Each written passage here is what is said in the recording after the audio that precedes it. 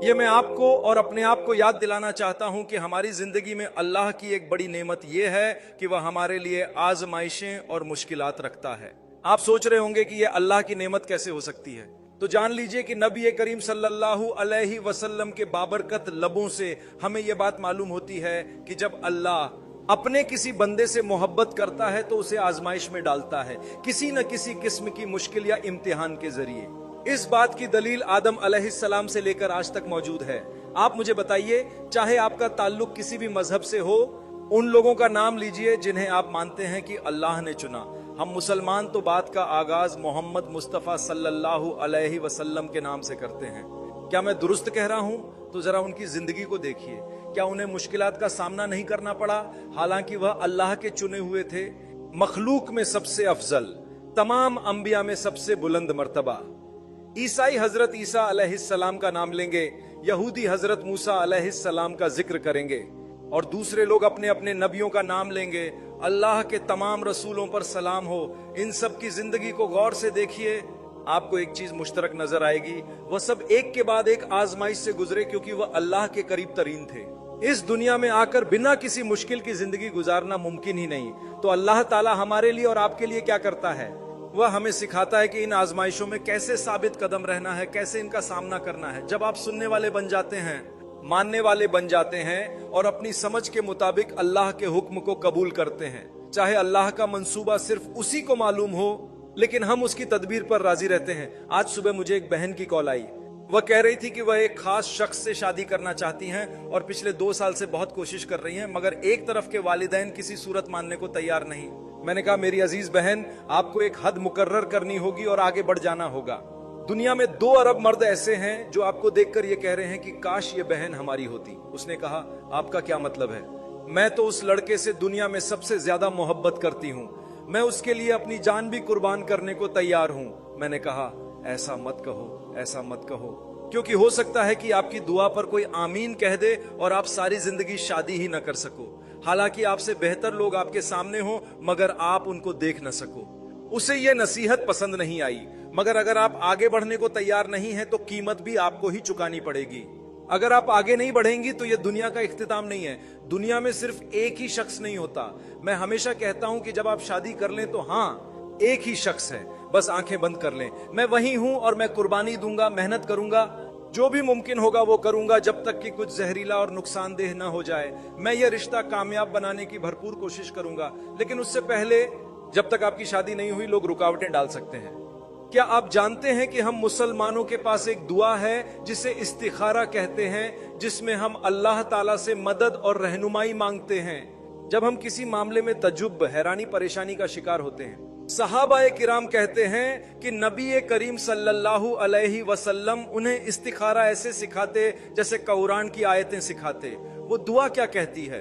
ऐ अल्लाह, अगर ये काम मेरे हक में बेहतर है, मेरे दीन, मेरे दुनियावी मामलात, मेरे अंजाम और मेरे हाल व मुस्तकबिल के लिए बेहतर है, तो इसे मेरे लिए आसान फरमा दे, इसे मेरे लिए मुकद्दर कर दे और इसमें बरकत अता फरमा दे। और ऐ अल्लाह,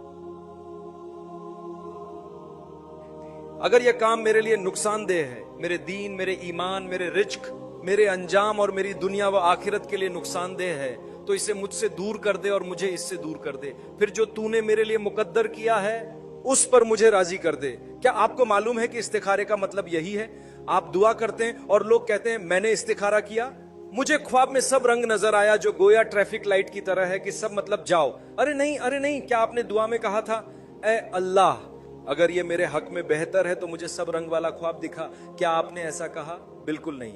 आपने कहा था, ऐ अल्लाह, अगर ये मेरे हक में बेहतर है तो इसे मेरे लिए आसान कर दे, इसके असबाब मुहैया फरमा दे। लोग कहते हैं कि रास्ते खुलते जा रहे हैं, और अगर ये मेरे लिए बेहतर नहीं है तो इसे बंद कर दे, रोक दे, मुझे इससे फेर दे और इसे मुझसे दूर कर दे। क्योंकि आप नहीं जानते कि आपके मुस्तकबिल में क्या होने वाला है। आपको नहीं मालूम कि यह चीज आपके लिए अच्छी है या नहीं। ये इस वक्त आपको अच्छी लग सकती है, लेकिन अल्लाह मुस्तकबिल जानता है। इसीलिए आप इस्तिखारे की दुआ करते हैं और अल्लाह से कहते हैं कि अगर यह बेहतर नहीं है तो इसे रोक दे। और अगर अल्लाह ने इसे रोक दिया तो आपने क्या कहा था? ऐ अल्लाह, फिर मुझे अपने फैसले पर राजी होने और आगे बढ़ने में आसानी अता फरमा। मैं आपको बताने आया हूं कि कभी कभी ऐसा होता है कि आपको जिंदगी में आगे बढ़ना सीखना पड़ता है। आपको सीखना पड़ेगा कि कभी कभी दर्द के साथ तकलीफ के साथ आगे बढ़ना पड़ता है। हाँ, ये तकलीफ देह होता है, लेकिन आप पहले इंसान नहीं हैं जो ये सब झेल रहे हैं और नहीं आखिरी होंगे। खास तौर पर निकाह के मामले में हमने किसी खास शख्स से निकाह की शदीद ख्वाहिश की, लेकिन नहीं हो सका। लेकिन क्या हुआ, अल्लाह ने हमें उससे बेहतर अता फरमाया। मगर जो अल्लाह करता है वही आपके लिए बेहतर होता है, वो शख्स किसी और के लिए बेहतर हो सकता है, अल्लाह जानता है। मसला यह है कि हम ये नहीं समझते कि अल्लाह ने इस मुश्किल को हमारे रास्ते में रखा ताकि हमें आजमाए।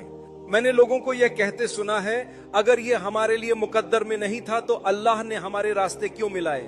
इसलिए कि अल्लाह आपको आजमाए, आपको एक के बाद एक चैलेंज दे ताकि आप सब्र के जरिए चमक सको। अल्लाह के फैसले पर राजी रहकर सब्र करना भी सब्र का हिस्सा है। क्यों?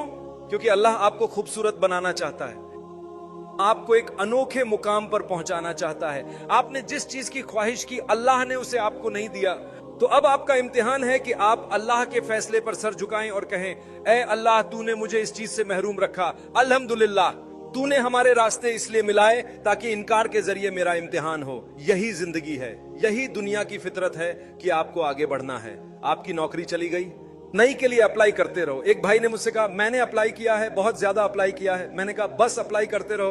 कहता है मैंने शायद 35 जगह अप्लाई किया है। मैंने कहा बस करते रहो। 2 साल बाद वो मेरे पास आया और कहता है, मुफ्ती साहब, मुझे एक ऐसी नौकरी मिल गई जो मेरा ख्वाब थी। मैंने पूछा कितने अप्लाई किए? कहता है आपको गिनती ही याद नहीं। तो ये देखो, जब तक आप हार नहीं मानते रास्ता बंद नहीं होता, और जब आप हार मान लोगे तो मामला भी खत्म हो जाएगा। जब तक आपने हार नहीं मानी जिंदगी चलती रहेगी, यहां तक कि आप अल्लाह के पास वापस जाओ।